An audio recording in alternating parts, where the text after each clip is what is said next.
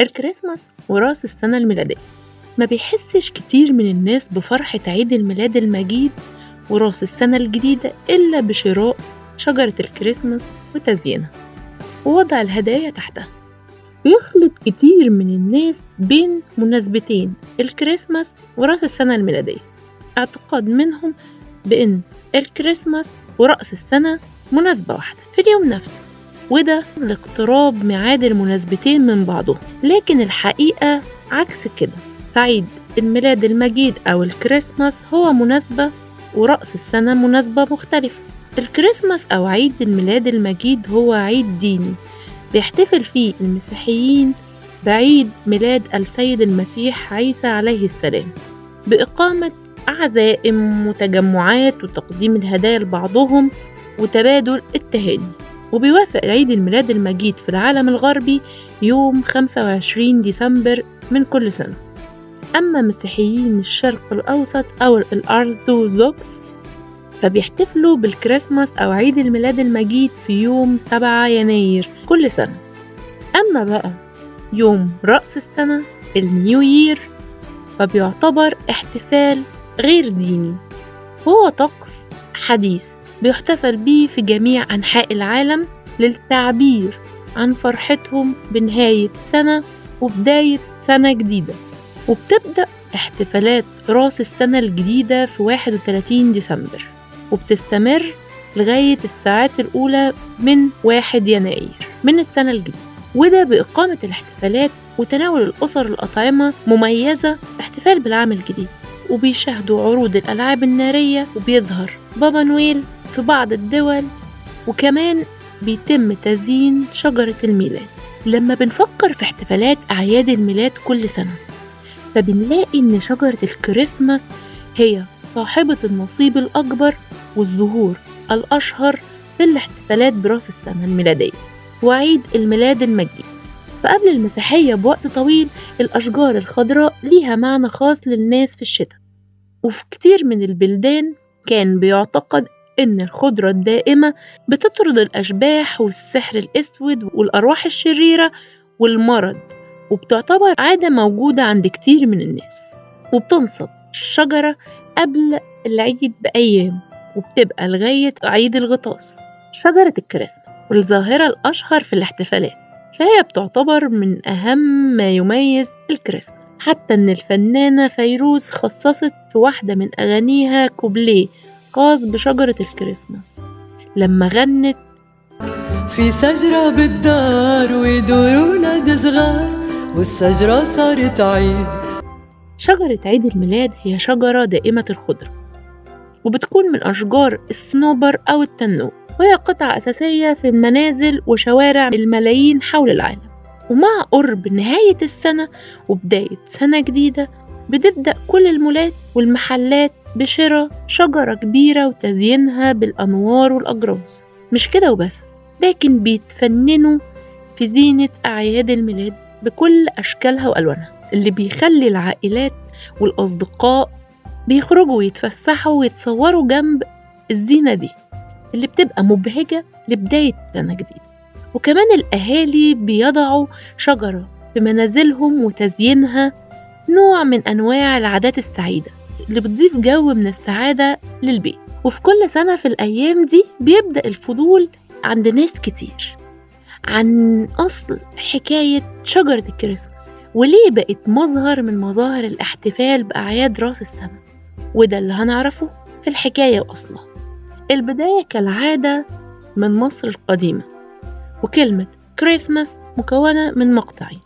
المقطع الأول هو كريست ومعناها المخلص وهو لقب للمسيح، والمقطع الثاني هو ماس وهو مشتق من كلمة مصرية قديمة معناها ميلاد، مثل رمسيس معناها ابن وأصلها رع أو رامسيس. وجت التسمية دي بسبب التأثير الديني للكنيسة القبطية الأرثوذكسية في القرون الأولى. ومن أبرز مظاهر الاحتفال بالكريسماس بتيجي شجرة عيد الميلاد، وبتتزين الشجرة الخضراء اللي بتعبر عن رمز الحياة والنور.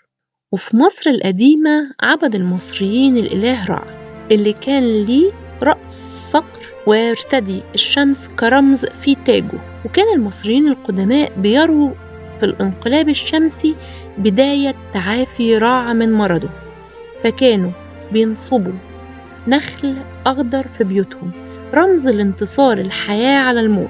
وكان الرومان بيحتفلوا بالانقلاب الشمسي باحتفال أطلقوا عليه ساتورناليا تكريما لساتورن إله الزراعة.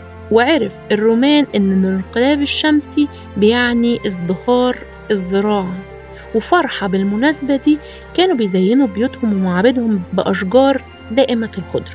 وفي شمال أوروبا كان كهنة الكيلت بيزينوا معابدهم بأشجار دائمة الخضرة رمز لاستمرار الحياة. وكان الفايكنج بيعتقدوا أن الخضرة الدائمة هي نبتة إله الشمس بالدر. وبيشار إلى أن الكتاب المقدس ما بيذكرش تاريخ أو موعد ميلاد يسوع، وإن آباء الكنيسة حددوا اليوم ده منذ مجمع نيقيا سنة 325 الموعد بهذا التاريخ. وتم إدراك التقليد الكنيسي على اعتباره في منتصف الليل.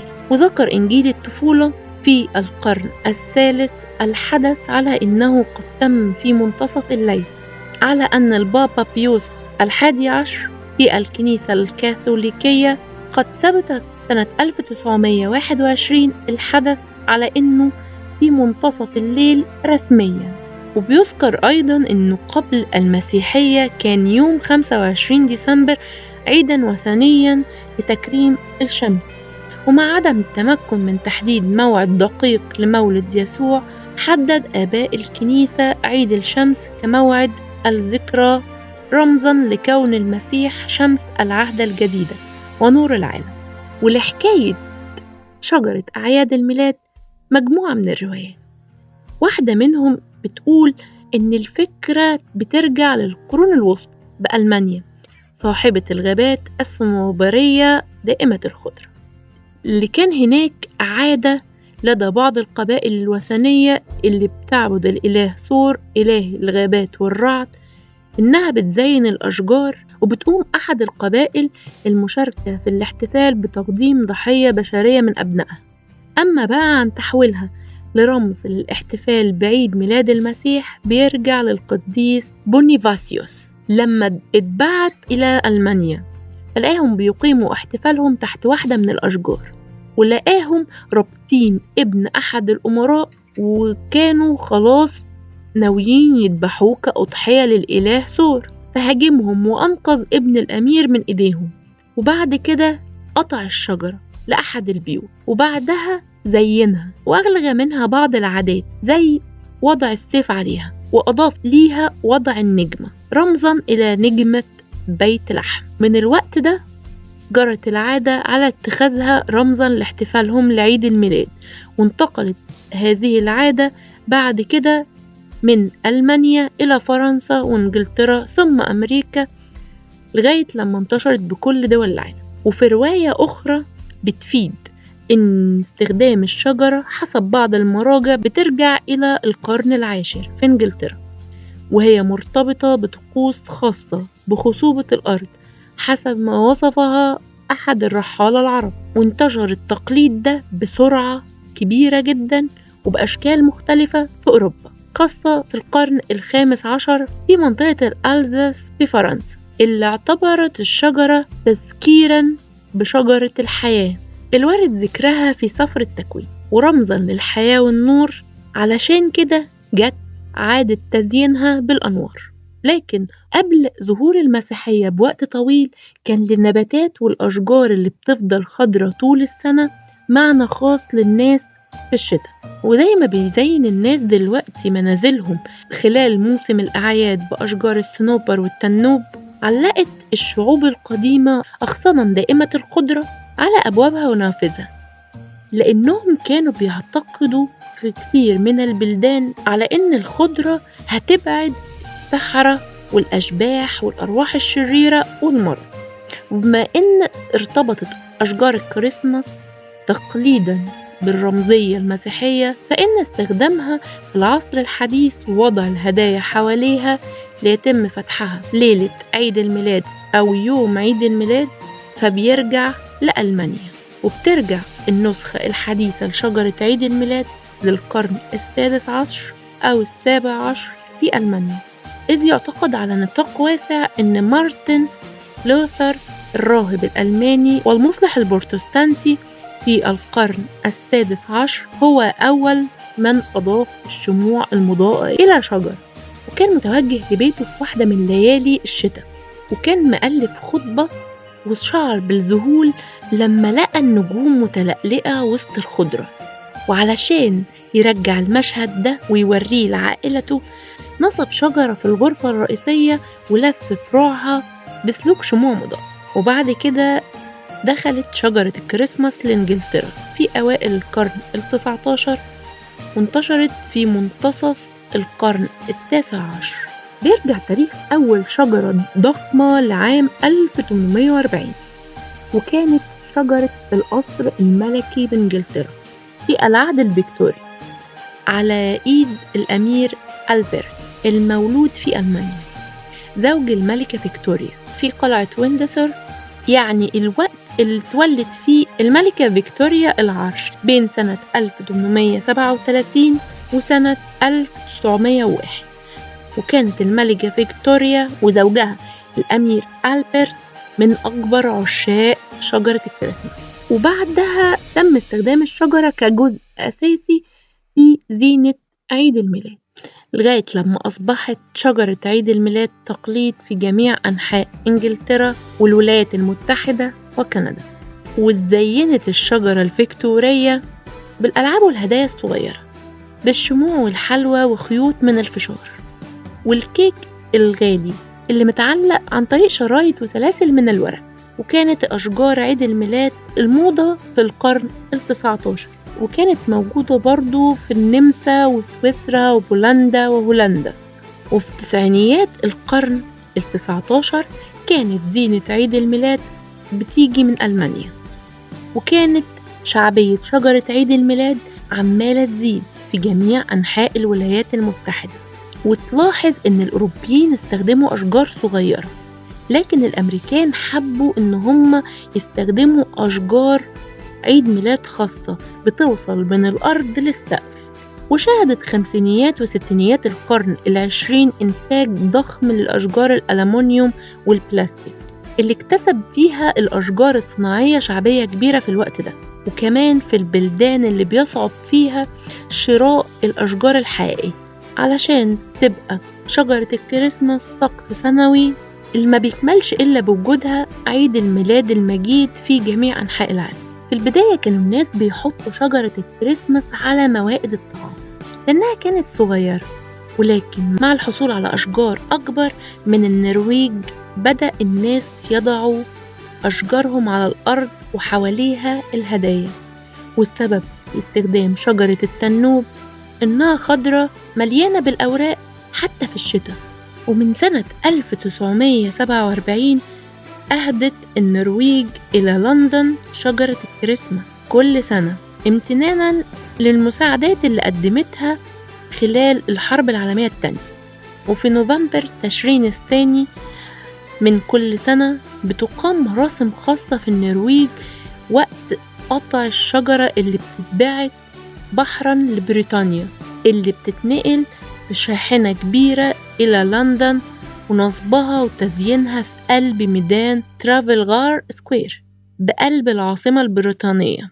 أصل قصة بابا نويل واللي بيسميه البعض سانتا كلوز هو شخصية خرافية بترتبط بعيد الميلاد الكريسماس، وبيعرف بابا نويل عند الناس بأنه رجل عجوز بيضحك وسعيد دايما، بيرتدي بزلة لونها أحمر وبأطراف بيضة، وبيغطي وشه دقن ناصعة البياض. بتقول الأسطورة إنه بيعيش في القطب الشمالي مع زوجته السيدة كلوز وبعض الأغزام اللي بيصنعوا له هدايا الميلاد والأيائل اللي بتجر له مزلكته السحرية، ووراه الهدايا اللي بيتم توزيعها على الأولاد وقت ما بينزل من المداخن بتاعة المدافئ في البيوت أو بيدخل من الشبابيك المفتوحة لو في شقوق في الأبواب الصغيرة، وبترجع أصل الأسطورة دي لقصة حقيقية،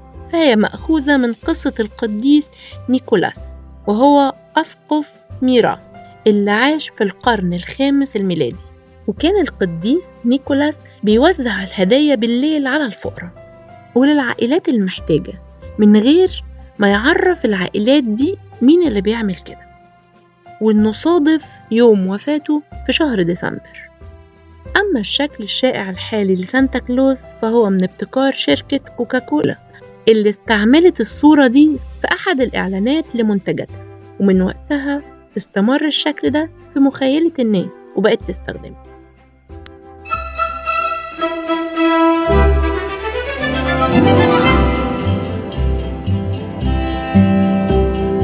ليلة عيد ليلة عيد الليلة ليلة عيد، زينة وناس صوت جراس عم بترن بعيد. ليلة عيد ليلة عيد الليلة ليلة عيد، صوت ولادة ثياب جداد وبكرة الحب جديد.